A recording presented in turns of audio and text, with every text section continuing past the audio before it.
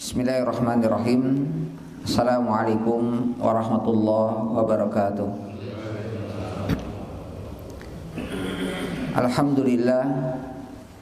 Alhamdulillah bi ni'matihi tatimmus salihah. Alhamdulillah ala kulli hal. Wa asyhadu an la ilaha illallah wahdahu la syarikalah. Wa asyhadu anna Muhammadan abduhu wa rasuluhu alladzi la nabiyya ba'dah.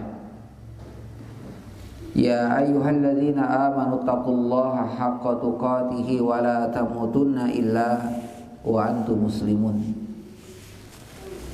Allahumma shalli wa sallim ala nabiyyina Muhammad wa ala alihi wa sahbihi wa man tabi'ahum bi ihsanin ila yaumiddin. Hadirin Bapak Ibu sekalian, jamaah subuh yang insyaallah dirahmati dan dimuliakan Allah Subhanahu wa taala. Alhamdulillah, dengan izin Allah Subhanahu wa taala pada kesempatan pagi hari ini kita bisa kembali bersama bermajelis, yang mana mudah-mudahan Allah Subhanahu wa taala senantiasa memberikan taufik, hidayah dan juga kesehatan. Hadirin yang dimuliakan Allah Subhanahu wa taala, pada kesempatan yang lalu kita membahas masih berkaitan dengan sirah nabawiyah qabla al-bi'tsah. Ya. Pembahasan tentang sejarah kenabian sebelum kenabiannya Rasul sallallahu alaihi wasallam. Pembahasan itu adalah mulai dari lahir sampai usia 40 tahun dari usianya Nabi sallallahu alaihi wasallam. Pada kesempatan yang lalu kita sudah sampaikan berkaitan dengan bagaimana sikap orang-orang musyrikin Quraisy kepada Rasul sallallahu alaihi wasallam berkaitan dengan renovasi Baitullah. Ketika di antara mereka berselisih tentang peletakan Hajar Aswad, tentang pengambilan dan peletakan Hajar Aswad dari tempatnya, maka seiring dengan itu pula di antara mereka, di antara kaum musyrikin Quraisy, terjadi perselisihan dan pertengkaran yang hebat, sehingga muncul di kalangan mereka yang mengatakan bahwa ketika Baitullah ini sudah selesai dibangun dari harta yang halal, maka siapapun ketika kita berada di Baitullah, orang yang pertama kali masuk ke dalamnya, maka dia adalah orang yang berhak meletakkan Hajar Aswad pada tempatnya. Maka bagaimana Allah Subhanahu wa taala membuat skenario yang luar biasa. Ternyata orang yang hadir pertama kali masuk ke Baitullah adalah Rasul sallallahu alaihi wasallam. Maka kemudian mereka mengatakan, dialah Muhammad, dia adalah orang yang pantas meletakkan Hajar Aswad ini. Kenapa? Karena dia adalah orang yang paling baik di negeri ini, pemuda yang jujur, yang tidak pernah ada celah sedikit pun kesalahan yang ada menurut pandangan masyarakat. Maka jemaah sekalian, bagaimana Nabi Shallallahu Alaihi Wasallam ketika menyikapi itu? Dan Rasulullah tidak merasa bahwasanya hanya beliau yang lebih baik. Maka kemudian beliau mengambil kain yang kemudian ujung-ujung kain tersebut dipegang oleh suku-suku Quraisy, dan kemudian Rasulullah meletakkan di atas kain tersebut Hajar Aswad, dan kemudian dibawa oleh 3 suku yang merupakan perwakilan dari suku-suku Quraisy saat itu, dan kemudian Rasulullah meletakkannya. Maka tidak ada di antara mereka perselisihan setelah peletakan Hajar Aswad, yang mana pada sebelumnya terjadi perselisihan tentang siapa yang berhak. Kenapa jemaah sekalian? Karena tentu ketika orang yang meletakkan Hajar Aswad tersebut, maka mereka akan memiliki keutamaan, kelebihan dan pandangan positif di kalangan masyarakat. Nah, jamaah sekalian yang berkah Allah Subhanahu wa taala, itu yang kita sampaikan pada kesempatan yang lalu. Adapun pada kesempatan pagi hari ini kita akan membahas suwaru min hifdzillahi subhanahu wa ta'ala di nabiyhi Muhammad sallallahu alaihi wasallam qabla al-bi'tsah. Ya, kita akan membahas sedikit berkaitan dengan suwar, contoh min hifdzillah, contoh penjagaan Allah subhanahu wa ta'ala kepada nabinya sallallahu alaihi wasallam qabla al-bi'tsah, sebelum diangkat menjadi nabi. Ya, jadi pada kesempatan pagi hari ini kita akan bahas sedikit beberapa contoh bentuk-bentuk penjagaan Allah kepada Rasul sallallahu alaihi wasallam sebelum kenabian. Ya, yang itu menjadi sebab ya beliau diangkat menjadi rasul, sebab beliau diangkat menjadi nabi. Dan itu diketahui oleh orang-orang musyrikin Quraisy. Disebutkan jemaah sekalian, kanat hayatuhu qabla al-bi'tsah hayatun fadilatun syarifah. Bahwasanya kehidupan Nabi Shallallahu alaihi wasallam sebelum masa kenabian adalah kehidupan yang fadilah, yang memiliki banyak keistimewaan, kemuliaan, kelebihan dibandingkan kehidupan para pemuda yang lainnya. Faqad syabba fi hadzal mujtama' jahiliyah fi aqidatihi wal jahili fi akhlaqihi. Beliau semenjak kecil ya hidup dalam akidah yang benar, tidak terpengaruh dengan akidah-akidah jahiliyah. Wal jahili fi akhlaqihi, dan beliau tidak terpengaruh dengan akhlak-akhlak jahiliyah. Walakinnahu sallallahu alaihi wasallam lam yata'athar bima haulahu min tilkal musawi waradha'il. Ya.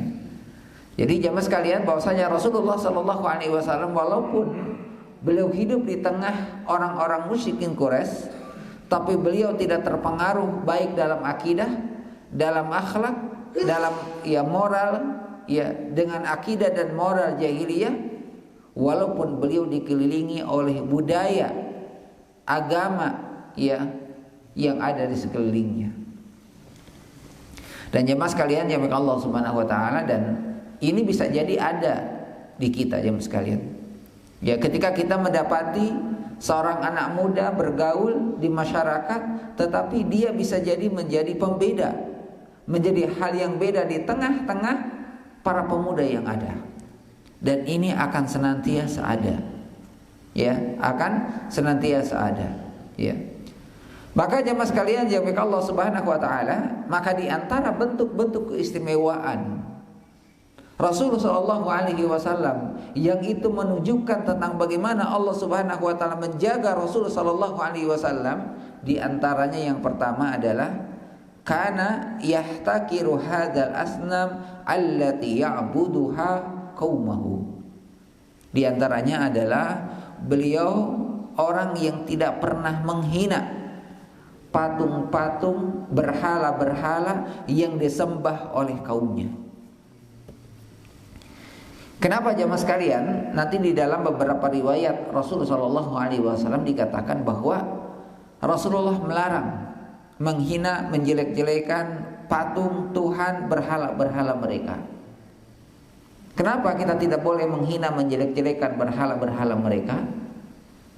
Rasulullah mengatakan karena mereka akan menghina balik terhadap ya sesembahan yang disembah oleh Rasul sallallahu alaihi wasallam. Sesembahan yang kita sembah oleh kita adalah Allah Subhanahu wa taala. Ya, jadi ketika ya kita menghina ya Tuhan-Tuhan mereka, maka pasti mereka akan membalas dengan menghina Tuhan-Tuhan kita. Makanya ada yang mengatakan menghina Tuhan mereka sama dengan menghina Tuhan kita secara tidak langsung. Bukan berarti kita menghina Tuhan kita, bukan berarti kita menghina Allah, tapi karena penghinaan kita terhadap Tuhan mereka yang menyebabkan mereka menghina Allah Subhanahu wa taala. Contoh misalkan jemaah sekalian, Rasulullah sallallahu alaihi wasallam mengatakan di dalam satu hadisnya tentang ya kaitan tentang tidak boleh mencela orang tuanya orang lain. Ya, tidak boleh menghina orang tuanya orang lain. Kenapa? Karena sesungguhnya menghina orang tuanya orang lain sesungguhnya adalah dia telah menghina orang tuanya sendiri. Kenapa? Karena bisa jadi orang tuanya yang dihina dari anaknya tersebut, maka kelak dia akan membalas dengan menghina orang tuanya. Ya, maka sebagian mengatakan yang sekalian, bentuk kedurhakaan kepada orang tua itu adalah durhaka kepada orang tua orang lain, yang mana itu sama dengan durhaka kepada orang tuanya sendiri. Ya, dan itu disebutkan oleh Nabi kita Sallallahu Alaihi Wasallam. Ya, jadi Rasulullah Sallallahu Alaihi Wasallam dalam masa-masa mudanya, ya, bahkan ketika beliau menjadi seorang nabi pun beliau tidak pernah menghina, menjelek-jelekan berhala-berhala yang mereka sembah. Ya. Wa yudraku annaha la tanfa wa la tudar. Walaupun sebenarnya beliau tahu bahwa berhala yang mereka sembah itu, ya, la tanfa wa la darar. Tidak mendatangkan manfaat, tidak mendatangkan mudarat. Tidak mendatangkan kebaikan, tidak mendatangkan keburukan, tidak mencelakakan dan tidak memberikan kebaikan. Faqad kana yauman ma'hu maulahu Zaid bin Harithah. Disebutkan oleh Zaid bin Harithah, jemaah sekalian, suatu hari, ya, ketika, ya, kami berjalan dengan Rasulullah sallallahu alaihi wasallam, ya, ketika suatu hari, ya, kata Zaid bin Harithah, ya, berjalan bersama Rasulullah sallallahu alaihi wasallam, ya, dan kemudian kami melewati Isab wa Nailah, melewati patung atau berhala yang bernama Isab wa Nailah, Isab dan Nailah. Wa yatamassa bihil musyrikuna idza tawafu. Salah satu di antara kebiasaan orang-orang musyrikin Quraisy sekalian, ketika mereka melewati berhala yang bernama Isab dan Nailah dalam tawaf mereka senantiasa mengusap. Satu keliling mengusap, satu keliling mengusap, ya, berhala tersebut. Fatafa Rasulullah sallallahu alaihi wasallam, dan kemudian Rasulullah sallallahu alaihi wasallam pun tawaf di sekitar Baitullah. Ya, yaqulu Zaid, dan kemudian, ya, beliau berkata kepada Zaid. Zaid berkata kepada, ya, Rasulullah sallallahu alaihi wasallam, wa taftu ma'ahu falamma marartu masahtu bihi. Maka aku pun melakukan tawaf bersama Nabi sallallahu alaihi wasallam. Falamma marartu, tatkala aku melewati berhala tersebut, masahtu bihi, maka aku pun mengusapnya. Kata Zaid bin Harithah.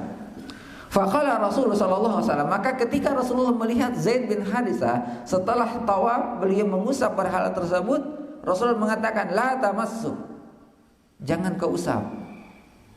Ya, jangan kau usap.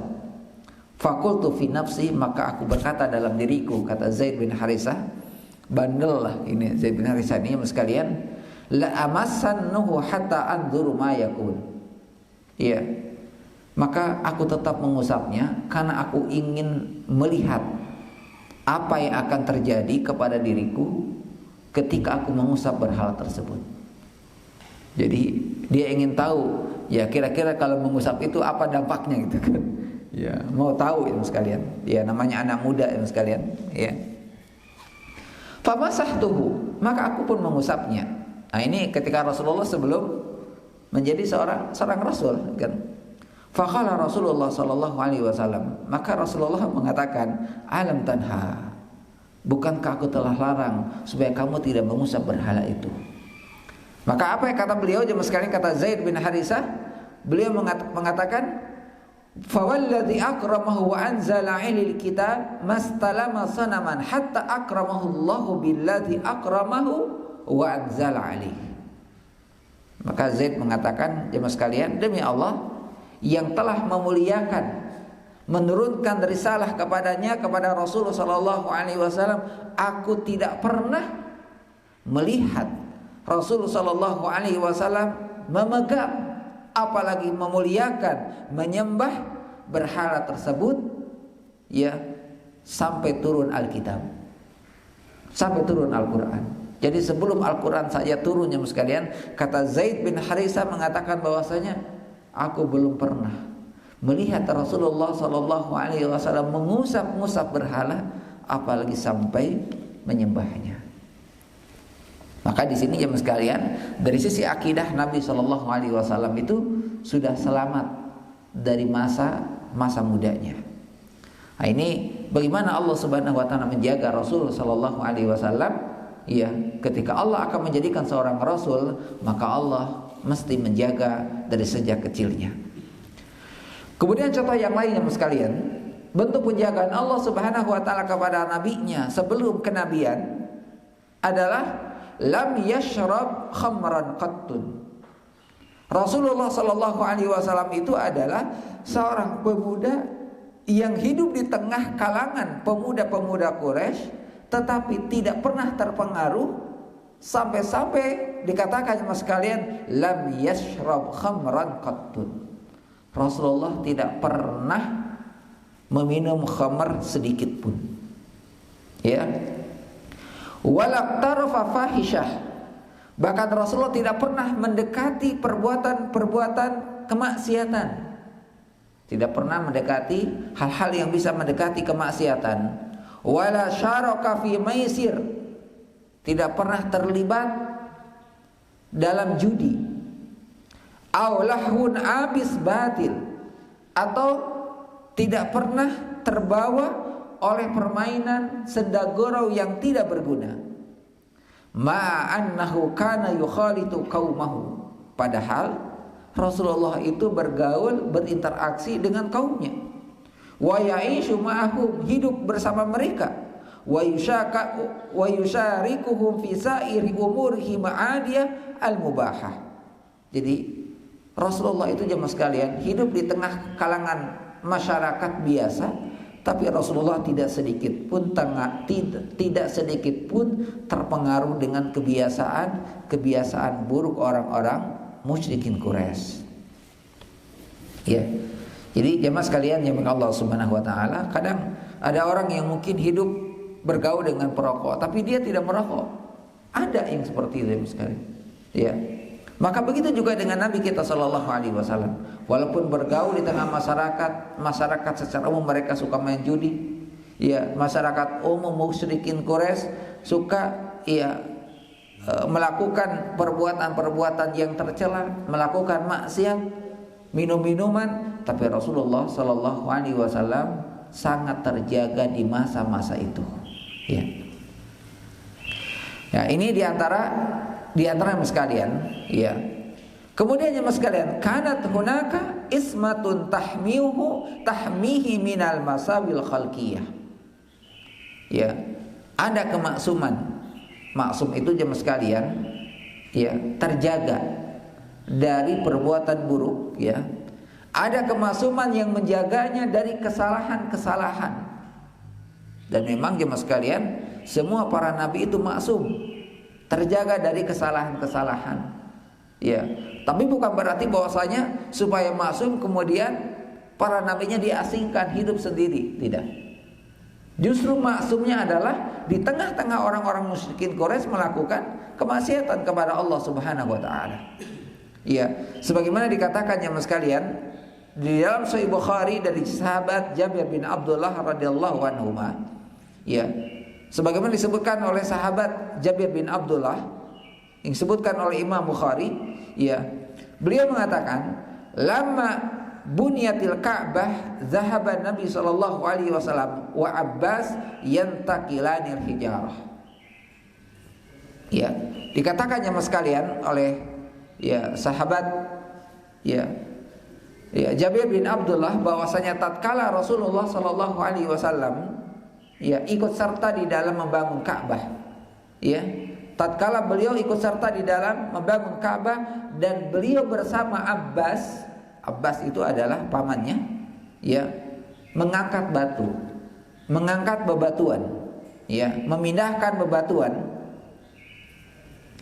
Kemudian jemaah sekalian, faqala Abbas li Nabi sallallahu alaihi wasallam. Kemudian Abbas berkata kepada Nabi sallallahu alaihi wasallam, ij'al izaraka ala rukbatika. Sing-singkan bajumu, karena beliau pakai jubah, sing-singkan bajumu ke atas, maksudnya diangkat, diikat di atas, ya, sampai kelihatan lututnya, ya, sampai kelihatan lutut dan pahanya, ya. Ala rukbatika yakuka minal hijarah, khawatir kamu terpeleset, terinjak pakaianmu, akhirnya kemudian kamu jatuh. Di samping itu nanti akan kotor, ya. Maka jemaah sekalian, ya Allah Subhanahu wa taala, fa kharra 'alal ardi wa tamahtu ainahu ila sama thumma afaq. Ya, justru ketika Rasulullah mengangkat itu, kemudian beliau berjalan, malah beliau jatuh. Malah beliau terpeleset.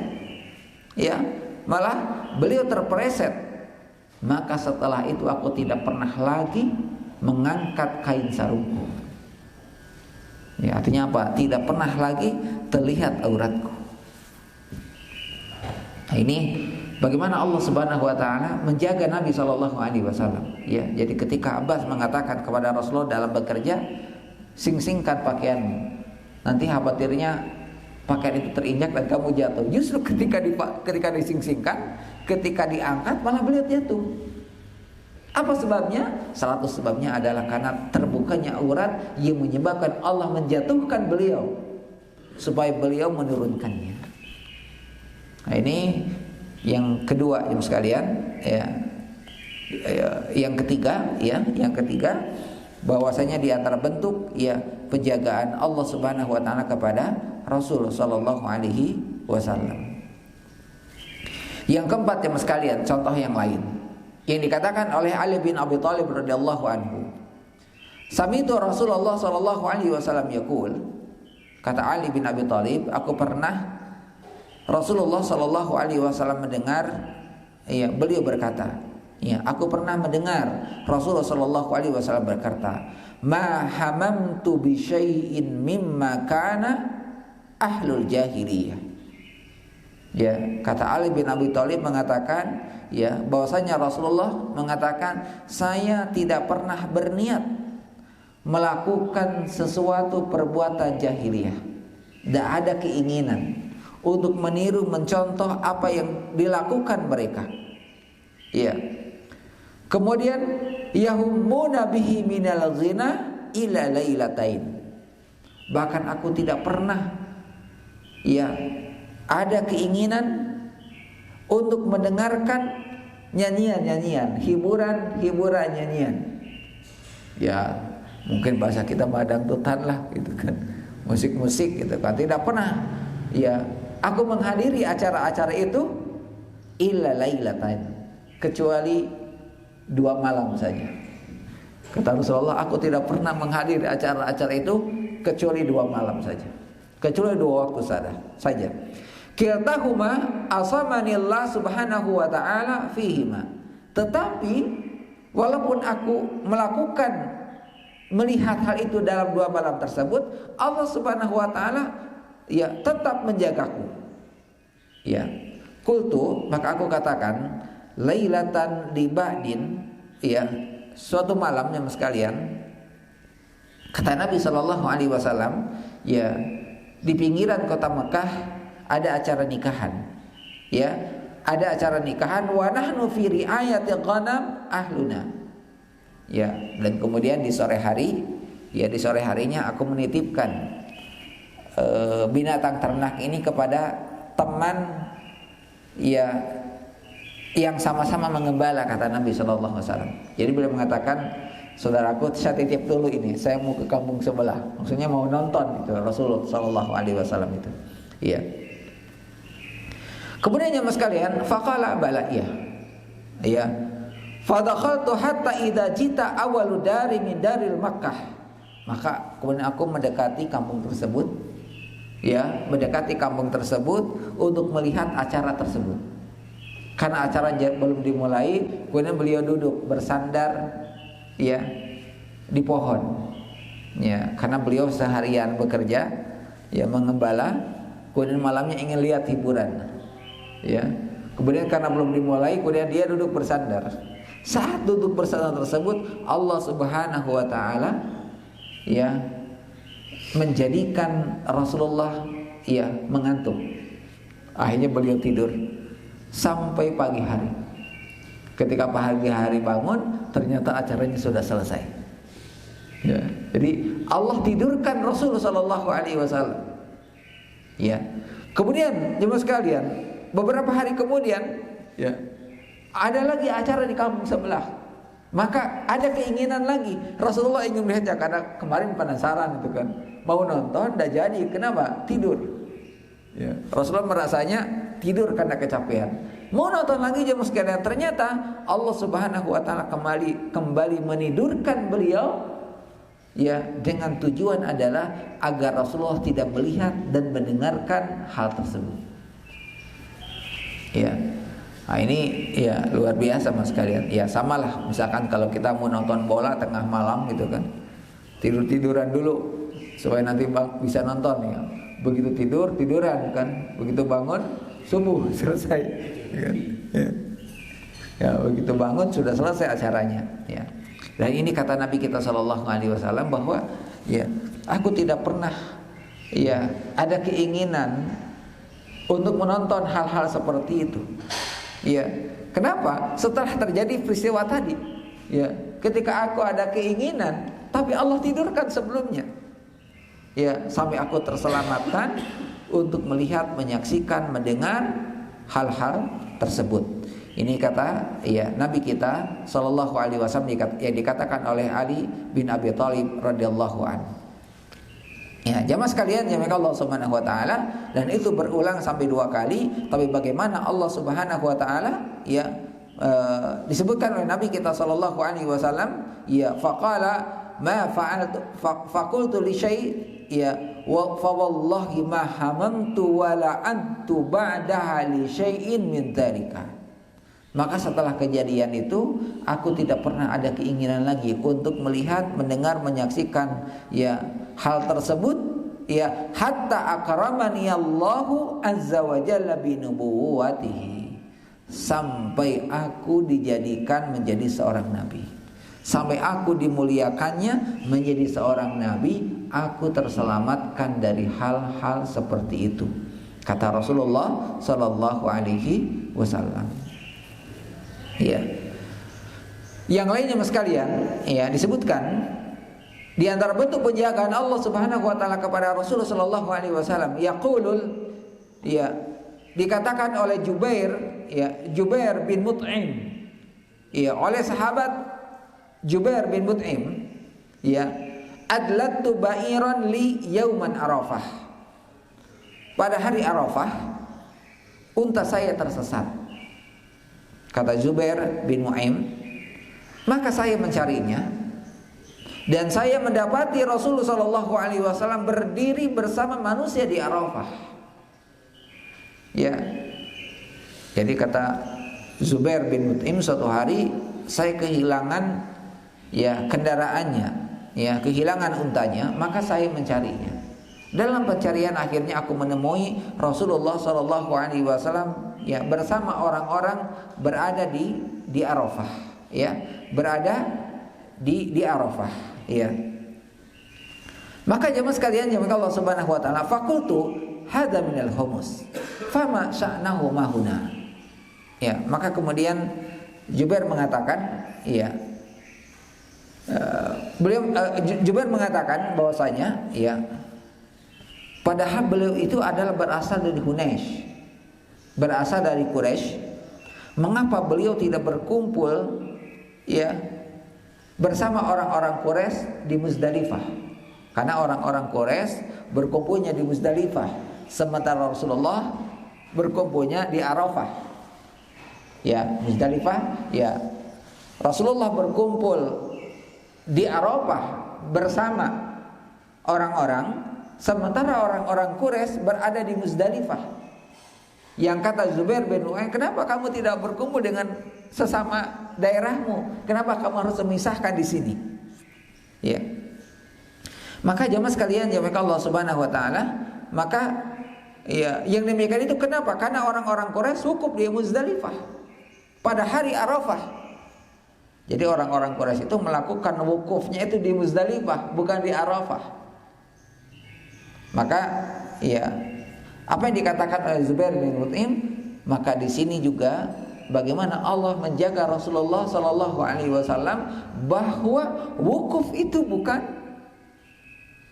di Muzdalifah, ya, tapi di Arafah, ya.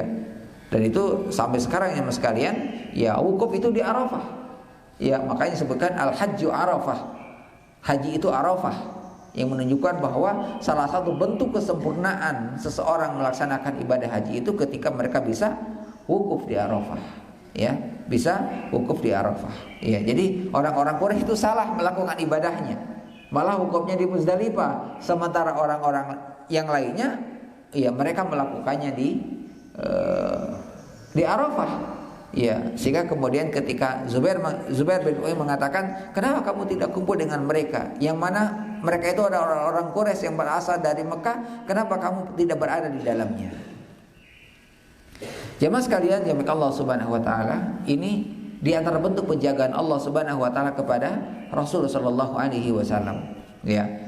Atau yang keenam jemaah sekalian, ya, disebutkan di dalam buku ini jemaah sekalian, Fiqh Sirah, karena Rasul sallallahu alaihi wasallam ma'rufan bisidqi. Rasulullah itu adalah pemuda, seseorang yang dikenal oleh orang-orang Quraisy dan selainnya, dikenal dengan kejujurannya, ya. Falam yashhad alaihi marratan wahidah bil kadhib. Tidak pernah didapatkan oleh orang-orang Quraisy dan lainnya Rasulullah itu pernah berbohong. Tidak pernah didengar, tidak pernah didapatkan oleh orang-orang Quraisy dan orang-orang lainnya Rasulullah berdusta. Yu'akkidu hadza anna Rasulullah sallallahu alaihi wasallam sa'ida Safa. Dan itu dibuktikan jemaah sekalian ketika suatu hari Rasulullah sallallahu alaihi wasallam naik ke Bukit Safa. Ya, Bukit Safa itu udah tinggi-tinggi amat jemaah sekalian. Ya, apalagi kalau sekarang Bukit Safa sekarang itu ya hampir rata lah, turun dikit, naik sedikit, Safa ke Marwahnya dikit aja mas sekalian, ya, tidak terasa, ya, tidak panas lagi, sejuk, kita tahu apa namanya sa'i dari Safa ke Marwah itu, ya, jalan lari sedikit, banyak orang, tidak terasa mas sekalian, ya, ya. Kemudian Rasulullah naik ke Safa, kemudian Rasulullah berteriak, ya Sabahah. Ya Sabahah, jemaah sekalian, kalimat ya Sabahah menurut kebiasaan bangsa Arab itu merupakan peringatan akan ada musuh yang datang. Ya, akan ada musuh yang datang. Maka bagaimana Rasulullah ya mengumpulkan mereka supaya mudah mengumpulkan mereka, maka Rasul mengatakan ya Sabahah. Maka orang-orang pun datang. Ya, orang-orang pun datang. Faqalu, maka mereka berkata, man hadza? Siapa orang yang mengatakan tadi? Siapa yang mengatakan bahwasanya musuh tidak lama lagi akan datang? Ketika dilihat adalah Rasulullah SAW. Ketika mereka sudah berkumpul, melihat ternyata yang berteriak adalah Rasulullah SAW. Faqala, maka Rasulullah berkata, ini bagaimana Rasulullah ingin menguji orang-orang musyrikin Quraisy sama sekalian. Qalu, ya, maka Rasulullah berkata, ara'aitum in akhbartukum anna khaylan takhruj min sabi hadal jibal akuntum musaddiquni. Ya, kata Nabi sallallahu alaihi wasallam, bagaimana pandangan kalian kalau saya berkata kepada kalian, kalau saya katakan kepada kalian bahwa pasukan berkuda akan muncul dari lereng gunung sana, ya, dan akan menyerang kita. Bagaimana kalau aku katakan kepada kalian bahwa tidak lama lagi, kalau tidak sore hari, besok pagi ada pasukan berkuda yang akan menyerang kita. Ya, akan ada pasukan berkuda yang akan menyerang kampung halaman kita. Akuntum musaddiquni. Kira-kira kalian percaya enggak dengan apa yang aku katakan? Qalu, maka mereka berkata, ma kharajna 'alaika kadziban. Mereka itu tidak menunggu, tidak diam sambil lirik kanan, ya kan? Ya, istilah saling harewasan kira-kira percaya tidak itu kan? Tidak. Ya, ketika Rasulullah mengatakan itu mereka langsung mengatakan ma kharajna 'alaika kadziban. Wahai Muhammad, aku tidak pernah melihat kamu berdusta. Aku tidak pernah melihat engkau berdusta. Ya. Faqala, maka Rasul mengatakan fa inni nadhirul lakum min baini adzabin syadid. Aku ini, kata Rasulullah, ada seorang yang memberikan peringatan kepada kalian bahwa kelak akan ada azab yang besar, azab yang pedih akan dosa yang dilakukan oleh kalian. Ya, maka jamaah sekalian, jamaah Allah Subhanahu wa taala, ya, ini bentuk bagaimana ya Rasulullah Shallallahu alaihi wasallam di masa muda. Ya, bahkan ketika beliau menjadi seorang nabi, ya, ketika beliau mengumpulkan orang-orang musyrikin Quraisy di tengah-tengah, sebenarnya sekalian, Rasulullah mengatakan itu di tengah-tengah ancaman orang-orang musyrikin Quraisy yang lainnya yang mendustakan Rasul Sallallahu Alaihi Wasallam. Jadi tokoh-tokoh Quraisy itu sudah mulai tidak percaya. Kenapa? Karena salah satu yang membuat mereka tidak percaya dengan apa yang dikatakan oleh Rasul Sallallahu Alaihi Wasallam adalah karena Rasulullah telah merusak usaha-usahanya. Jadi ketika orang-orang Quraisy itu kan dulunya jualan berhala. Ketika beliau menjadi seorang Rasul, maka orang semakin berkurang membeli berhala. Kenapa? Karena mereka telah mentauhidkan Allah. Ya, jadi tokoh-tokoh Quraisy sudah mulai tidak percaya, bahkan termasuk pamannya. Bahkan dalam riwayat ini sekalian, kalau kita baca pada akhir kalimat hadis ini adalah, ya, ketika Rasul mengatakan itu dan kemudian orang-orang percaya mengatakan itu, kemudian tiba-tiba ada orang tua yang datang dari belakang. Ya. Orang tua yang datang dari belakang mengatakan, "Huwa kadzdzab." Jangan percaya, dia adalah pembohong. Ketika dilihat adalah Abu Lahab. Ya, yang ketika dilihat ternyata Abu Lahab. Dan tentu jam sekali ketika melihat Abu Lahab, ya mereka tahu siapa Abu Lahab. Ya, adalah paman dari Rasul Sallallahu Alaihi Wasallam. Maka mereka lebih percaya kepada orang tuanya dibandingkan kepada anaknya.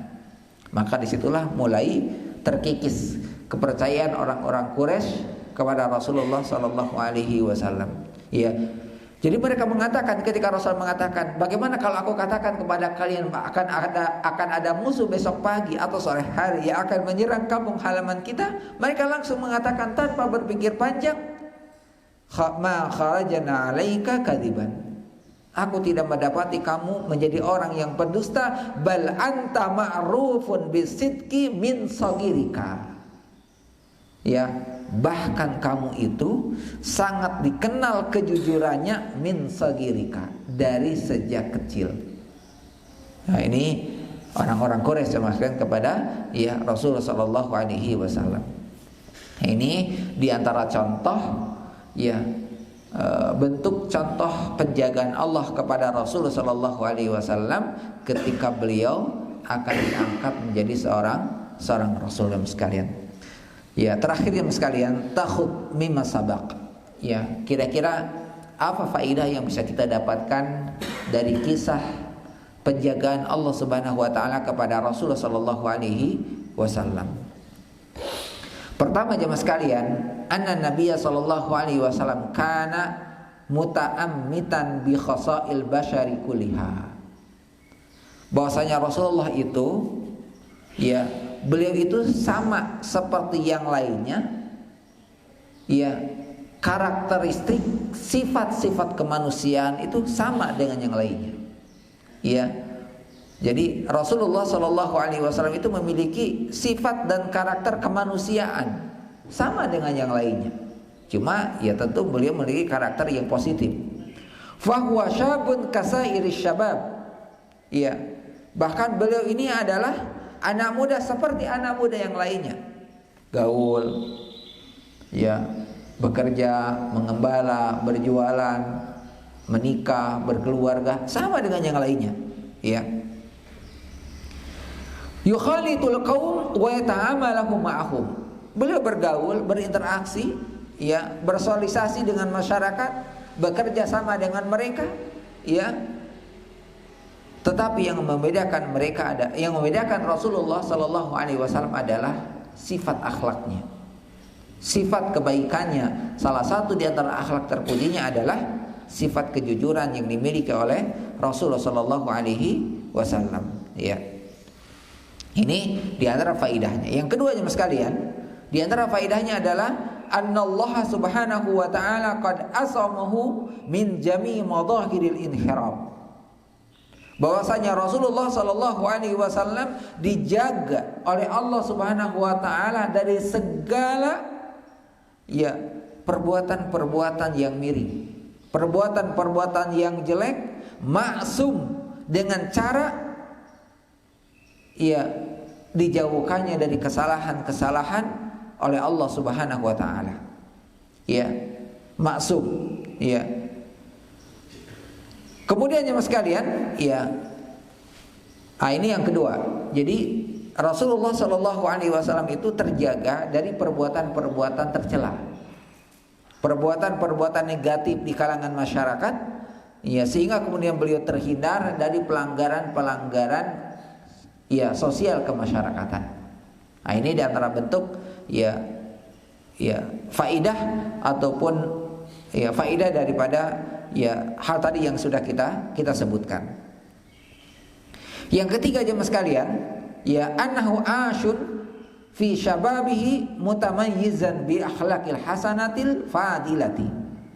Bahwasanya Rasulullah sallallahu alaihi wasallam di masa mudanya beliau memiliki akhlak yang terpuji, fitrah yang bersih, jauh dari sentuhan berhala, ya, jauh dari sentuhan-sentuhan berhala, kesyirikan, khurafat, ya, dan beliau tumbuh besar terjaga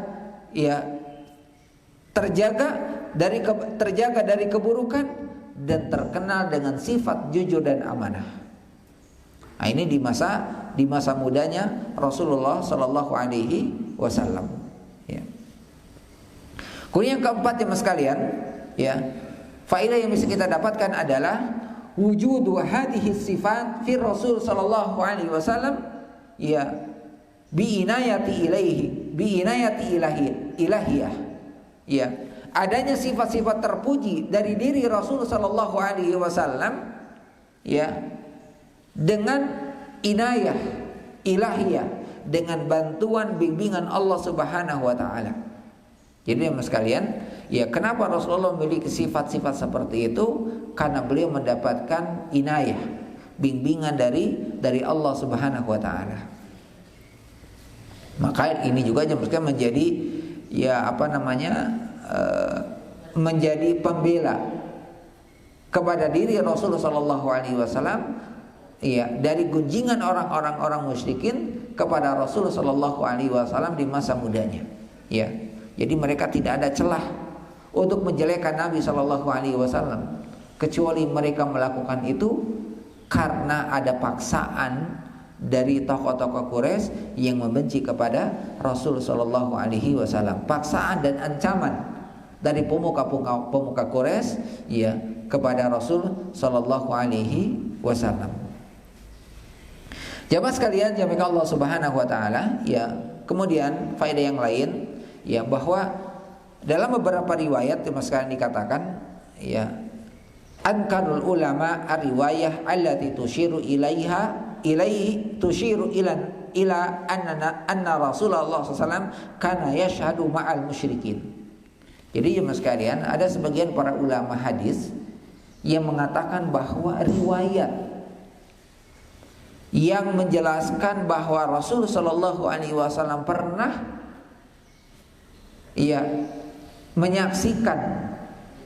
ingin melihat hiburan masyarakat ya yang ada di pinggiran kota Mekah, ya, dalam beberapa riwayat bahwasanya riwayat tersebut banyak dilemahkan oleh para ulama. Ya, jadi ada riwayat yang mengatakan sebagaimana tadi kita katakan bahwasanya ketika Rasulullah ada keinginan untuk melihat tetapi Allah tidurkan.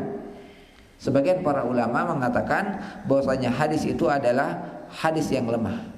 Bahkan Iyad, ya, Qadhi Iyad, ya, rahimahullah, ya, Beliau mengatakan bahwasanya termasuk para ulama kita menolak bahwasanya Rasulullah Shallallahu Alaihi Wasallam terlibat dalam kejahilian bersama orang-orang musyrikin Quraisy.